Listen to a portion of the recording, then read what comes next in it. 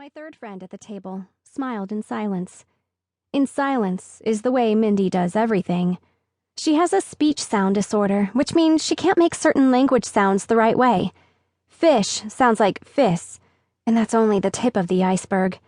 Mindy's speech problem wasn't really a big deal in elementary school, but by the time we got to junior high, it was like a ticking time bomb. She just couldn't get rid of it. She does better in Spanish because it's her native language, but hardly anyone speaks Spanish at Harrison, so that's no help. And it doesn't matter that she's super pretty. There are some things most people can't or won't get past. She flew under the radar until freshman year, when she caught Blake's attention as my new best friend. Blake termed her estupida, and it stuck. It's a sound disorder, not a stutter, but whatever, Blake. Now Mindy's making straight C's because she won't speak in class. "Over here, Blake!" yelled Anborg Alsvik, the exchange student who got caught having sex with herself in the drama department's costume closet, while wearing nothing but the curly red wig from Annie. Anborg whipped out her hot pink biphone and snapped a photo of Blake on her linoleum catwalk. Anborg was obsessed with Blake. She started a fan website called OMG Love You Blake, God Bless Blake in America.com, where she posted photos. She captioned the photos with things like, "Thirsty Blake, drink water from fountain," or "Blake wears shiny shoe with pointy toe." Blake stopped to pose for Anborg, and my sweat turned ice cold. "Don't you need a date to go to homecoming, Audrey?"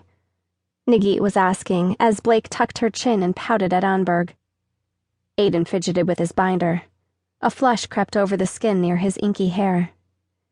Blake gave Anborg one more pose, draping her arm over her head and partly shading her eyes straight out of America's Next Top Model, and then told Anborg to get a freaking life before starting toward our table again. 9 feet, 8 feet, 7 feet away. I could get a date if I wanted to, I told Najit. Total lie. I hadn't had a date since freshman year. I'd kissed a few guys, but not anybody worth talking about, especially not with Blake 6 feet away. I never actually even had a boyfriend. Maybe I needed new clothes, or maybe I shouldn't have cut my almost black hair into a pixie cut, even if the lady at the Clinique counter said it made me look gamine. She also said my green eyes were to die for, but then she tried to sell me $50 moisturizer, so who knows. Blake had enough boyfriend getting power for both of us. A few tables away, her BF, lacrosse king Xander Knight, was busy being hot and stoic, while the rest of her pack laughed and pointed at my lunch table. "Real live video, like the YouTube!" Anborg shouted as she ran alongside Blake, catching it all on her phone. Blake's sequin miniskirt went swish, swish, swish, like a soundtrack for her strut. I flashed back to the afternoons Blake and I used to spend in my mom's closet, trying on heels and skirts that were too big for us.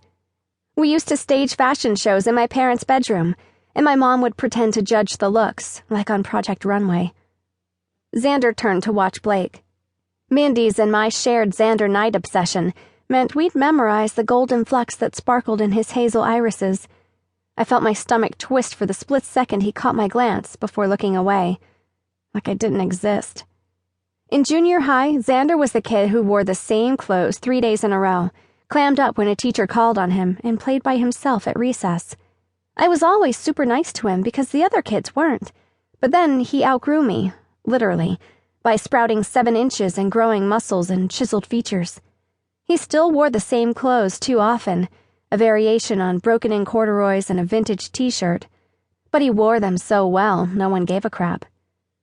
And now the tables have turned, and I'm the freak.